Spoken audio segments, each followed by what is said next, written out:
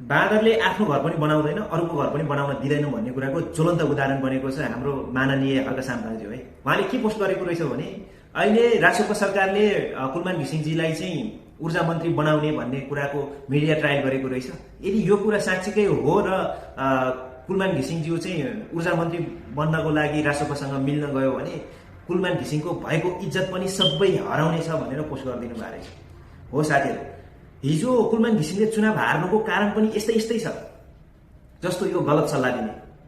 हेर्नुहोस् है, हिजो रासोपासँग मिल्दै गर्दाखेरि, चुनाव अगाडि रासोपासँग गठबन्धन गर्दै गर्दाखेरि कुलमान घिसिङको पार्टीको मान्छेहरूले यस्तो सल्लाह दियो कि तपाईँ त सारा नेपालीले मान्ने मान्छे हो, सारा नेपालीले तपाईँलाई चाहिँ वाहवाही गरिरहेछ, किन यस्तो चाहिँ सहकारी ठगको चाहिँ आरोप लाग्ने पार्टीसँग मिल्नु पर्यो, यो सहकारी चोरै हो, यसले चाहिँ दुनियाँको पैसा लुटेकै हो भनेर रवि लामिछानेलाई दोषारोपण गरेर यो सहकारी ठगसँग मिल्यो भने तपाईँको पनि छविमा चाहिँ असर गर्नेछ भन्ने जुन खालको यो गलत सल्लाह दियो कुलमान घिसिङलाई। अनि कुलमान घिसिङलाई पनि घमण्ड भइहाल्यो, सारा नेपालीले त मलाई अहिलेसम्म त वाहवाह गरिरहेछ, मैले देशको लागि राम्रो काम पनि गरे हो, साँच्चीकै मैले चाहिँ बहुमतै ल्याएर म प्रधानमन्त्री बन्छु कि भन्ने एउटा घमण्ड पैदा भएर चुनावमा आफू सिङ्गल लड्न गयो।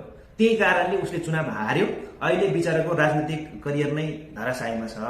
भनिसके पछाडि म चाहिँ के भन्छु भने कुलमान घिसिङलाई यदि रासोपा सरकारले ऊर्जा मन्त्रीको अफर गर्छ भने बिना सम्झौता कुलमान घिसिङ चाहिँ ऊर्जा मन्त्री हुनुपर्छ कि, किनकि ऊर्जा मन्त्री हुँदाखेरि उसले पक्कै पनि देशको हितको लागि काम गर्छ भन्ने विश्वास छ।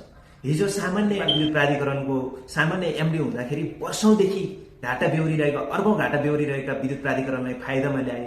वर्षौंदेखि 18 घण्टासम्म लोडसेडिङ भइरहेको कुरालाई चाहिँ लोडसेडिङ अन्त्य गरेर सारा नेपालीलाई चाहिँ खुसी बनाए, उज्यालोमा राखे।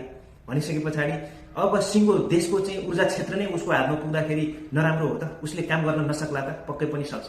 त्यही भएर यो गलत कुराको पछाडि, गलत सल्लाहको पछाडि पर्यो भने मान्छे फेल हुन्छ, भने गन्तव्यमा पुग्न सकिँदैन। त्यही भएको कुलमान घिसिङलाई यदि साँच्चीकै रासोपा सरकारले ऊर्जा मन्त्रीको अफर गर्छ भने आँखा चिम्लेर ठोक्दा हुन्छ ऊर्जा मन्त्री।